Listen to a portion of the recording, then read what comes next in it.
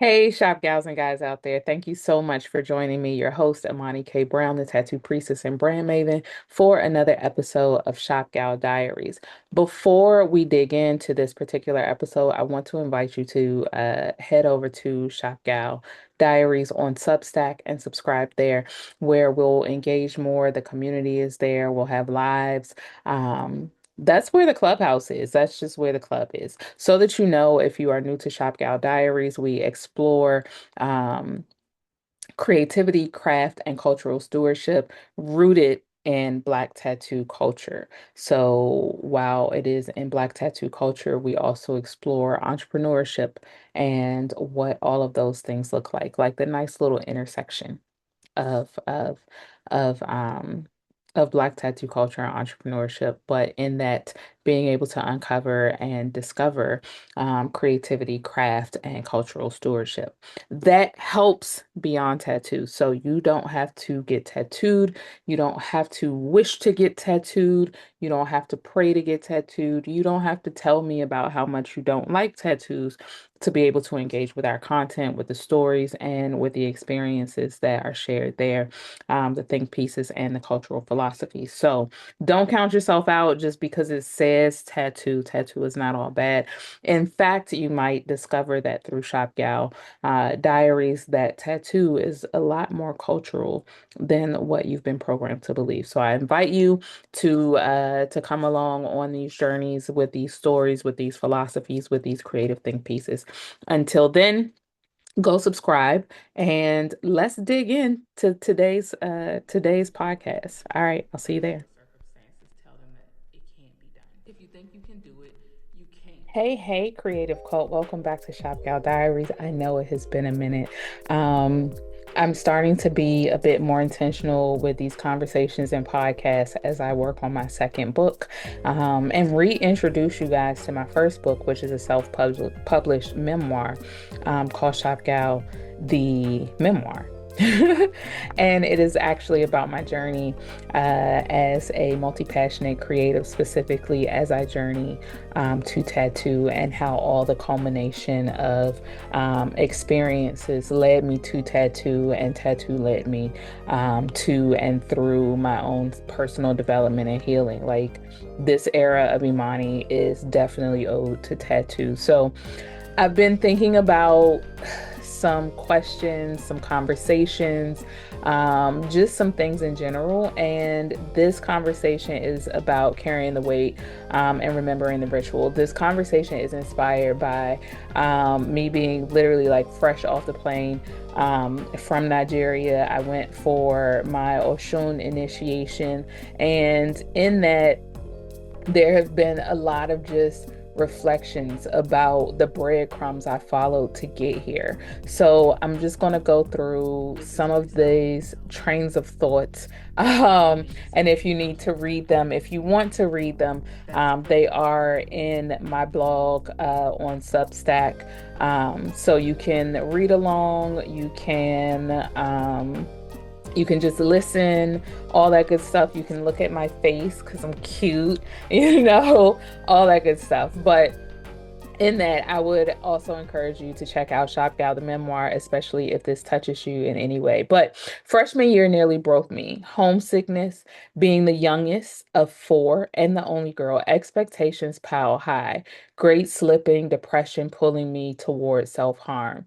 The weight was fucking unbearable. Then one day in the cafeteria, someone casually said, "When I feel like cutting, I go get a tattoo instead." And that moment, that very moment became the turning point for me. Just a note, I do come to tattoo as a self-harmer. I come to tattoo as a cutter.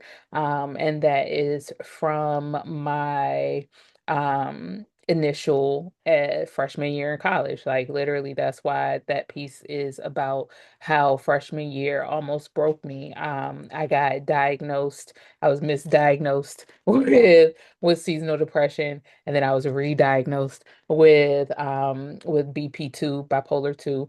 Um and it has just, and then I chose not to be medicated because it didn't go with my life path. Um, so in that there was a lot. It was my first year away from home. I had never been so far away from home where I couldn't just go back, a couple days later or just not being around family, like everything extremely unfamiliar. And you're expected to have the same amount of fervor and success that you did, as a straight A student in elementary through high school, and it didn't hit the same. So that was where I came into tattoo, as far as getting tattooed. So I was on the other side of the counter, as I call it, because I was a client. I was coming as a customer. I was coming to get tattooed, but there's parts in the middle of that reflection about how I actually became a tattoo artist and the questions that I asked. Let me know if you want to know that story and I will tell it. Even though I've told it a few times before, it never gets old, and I think it's something that people should hear.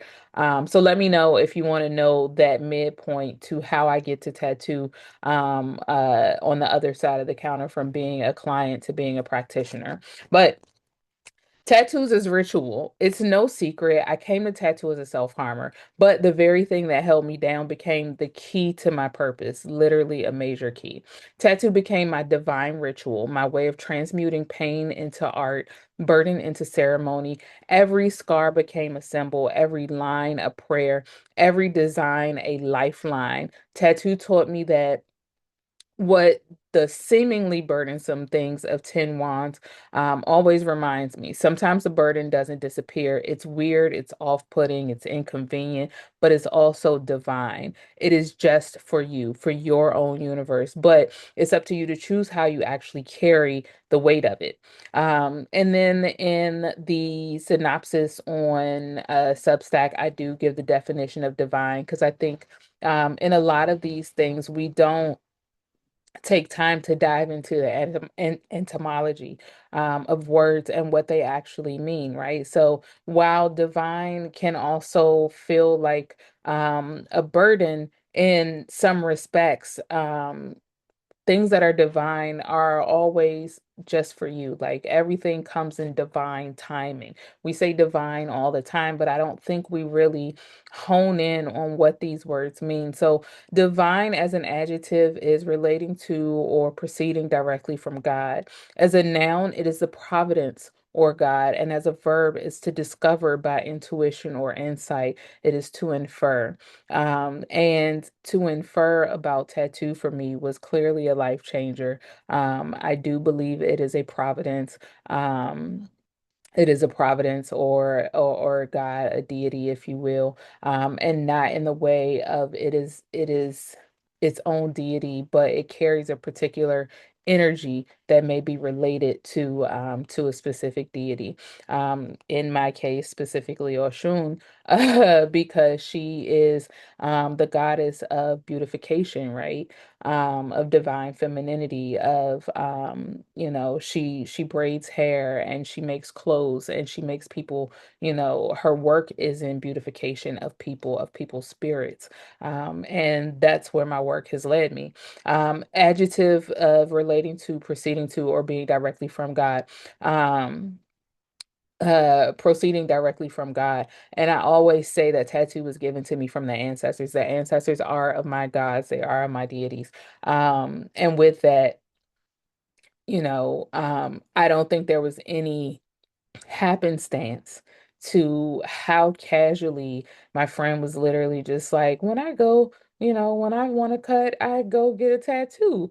And just a light bulb going off for me, right? Like it was very instant, like, this is for you.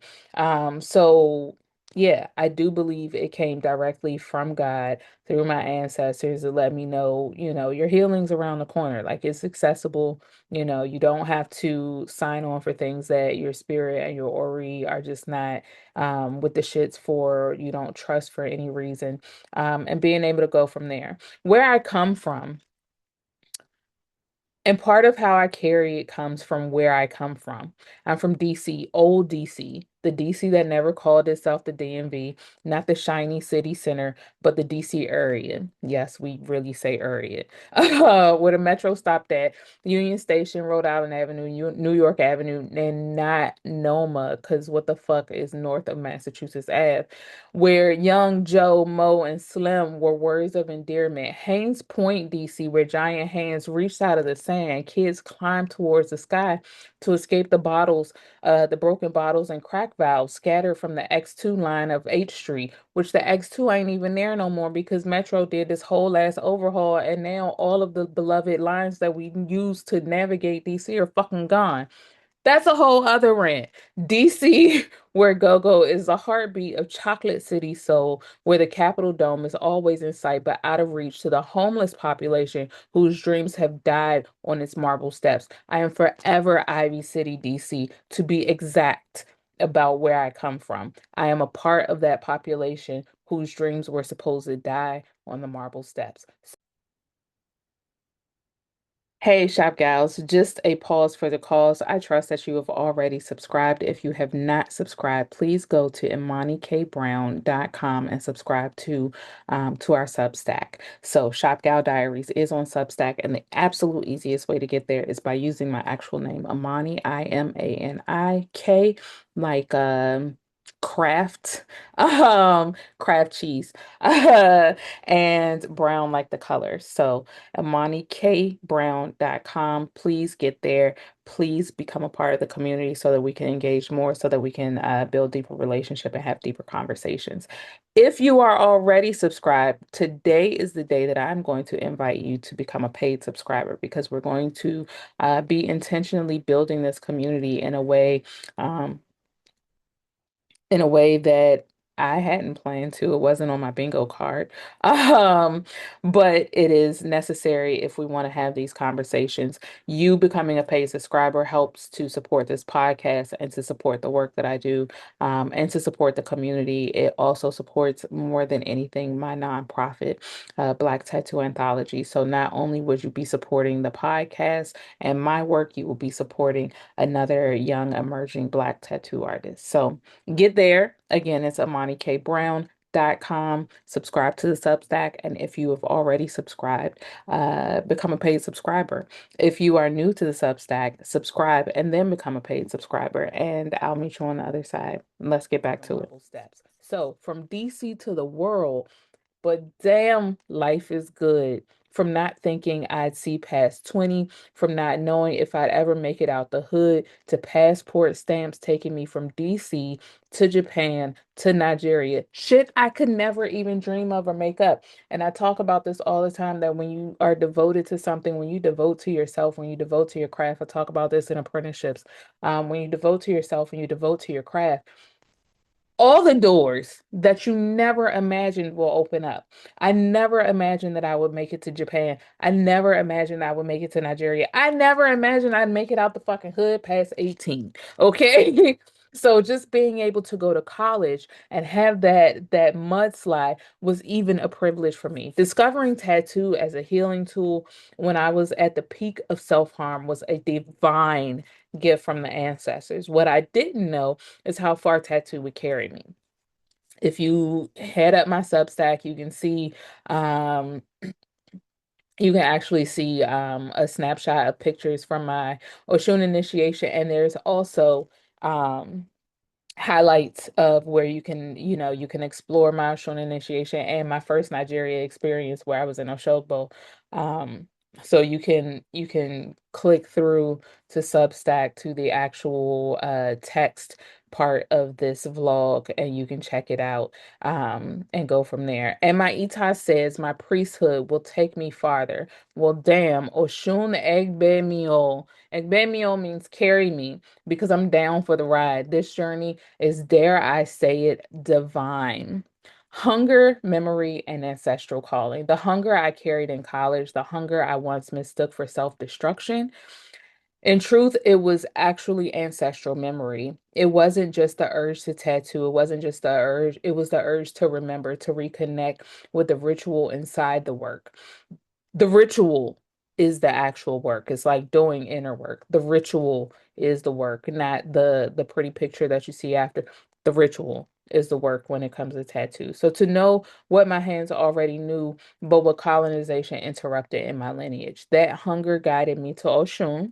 Initiation gave the memory back to me, not metaphorically, not romantically, but spiritually, historically, and in my own bones. When I tell you my initiation, my Idosun, like awakened so much wild shit in me that I was like, ah, tattoo is divine memory made manifest. So when we talk about tattoos as all to work, tattoo is all to work.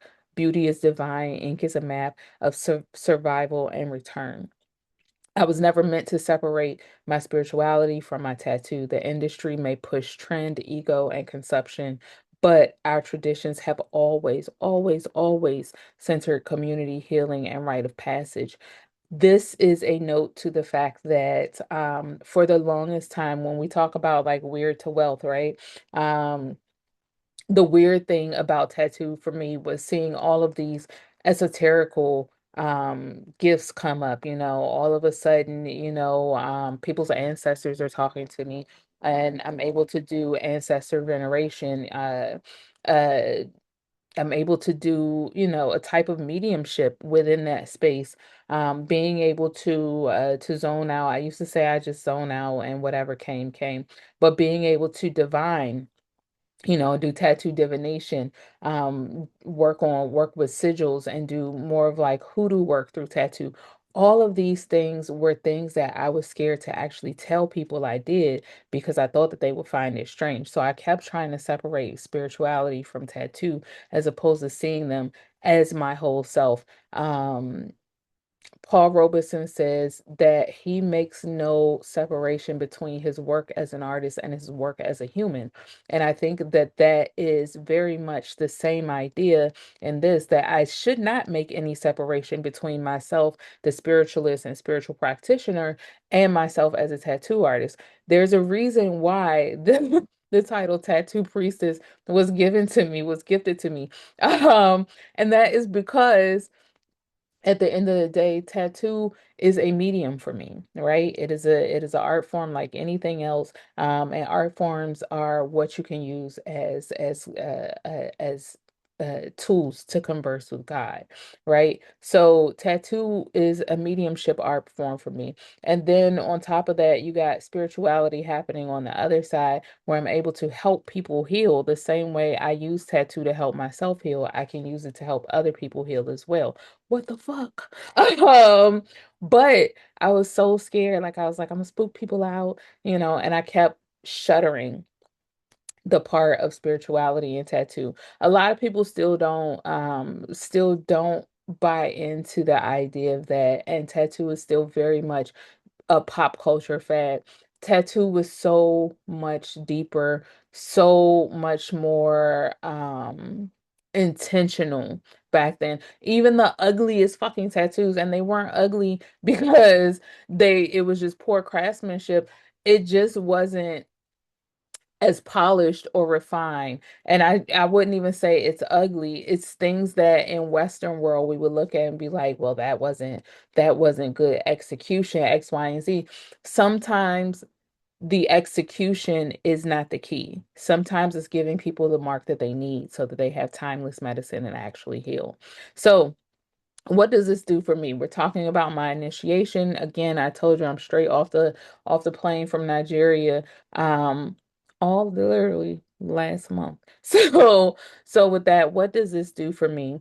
This initiation, this work, and this was a question that was posed to me when it was like, well, why do you feel the need to go do this? Why is this important? And I like questions like that because it gives me a chance to really examine myself and ensure that my why is my why, and it's not, to stroke ego or anything like that. So what this does for me is it realigns me, it roots me, and it reminds me that every mark I make is resistance, remembrance, and return. more importantly, tattoo is more than a decoration. It is tradition, it is technology, it is divine practice.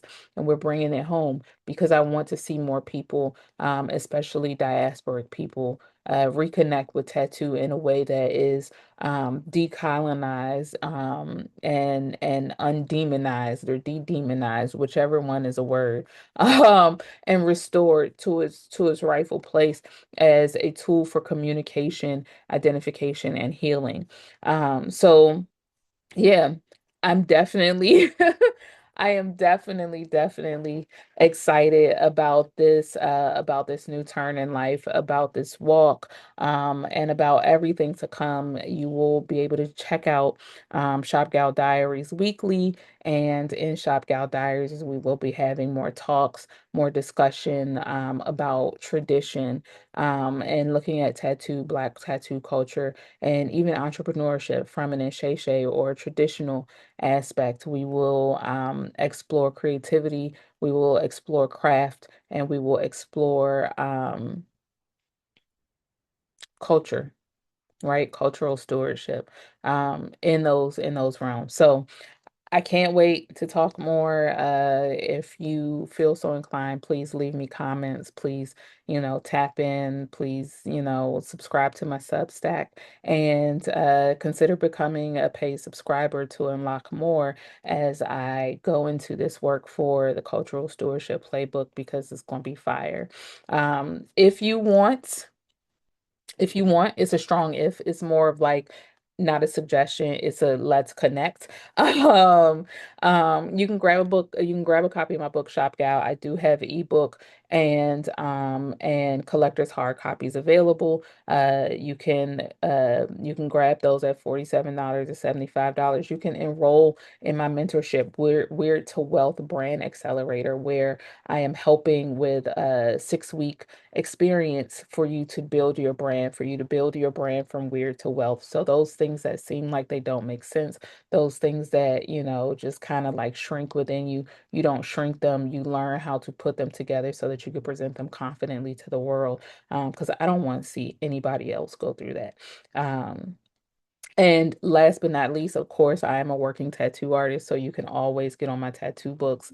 And if my books are not open, when you click through, you can always get on my wait list, just so you know. Right now, as we speak in this moment, my books are open for September through December, and we can either work on some ink therapy, which is large pieces. So you can book a consultation so we can talk about what it is that you want, you need, and how I can serve you, or you could just book for a tattoo at a smaller 1 point type experience. So here's to transforming, to thriving, and building something that feels like home together. As always, I'm celebrating you, and as always, I'm rooting for you. Gambate ne, and I'll see you soon. Jane. All right, shop gals and guys, I hope you enjoyed today's episode, and I will see you back for the next one. If you have not already subscribed or become a paid subscriber of Shop Gal Diaries, please feel free to do that today, like expeditiously, like yesterday. I am your host, Amani K. Brown, the Tattoo Priestess and Brand Maven. I am always around on Substack. You can ask me anything. You can slide into my DMs, ask me questions. If you enjoyed this particular episode, leave comments. Let me know, little love notes and stuff. Let me know what touched you and what part of the conversation really spoke to you, right? You can find my offers on Substack at ImaniKBrown.com, my life coaching and business mentorship offers. You can also find me for tattoo at littleinkplayshop.com. There's also a link for that at ImaniKBrown.com. So if you're looking for a mentor, a life coach, or a business mentor, I am your gal. And if you are looking to get tattooed, especially large pieces, you want some quality, wholesome ink therapy, I am also your gal. So you can find all of those things at ImaniKBrown.com, and I look forward to seeing you soon. As always, I am rooting for you. Gambate ne, and I will see you later. Jane. Listen to yourself, believe in yourself, and keep going. That's pretty much all you need.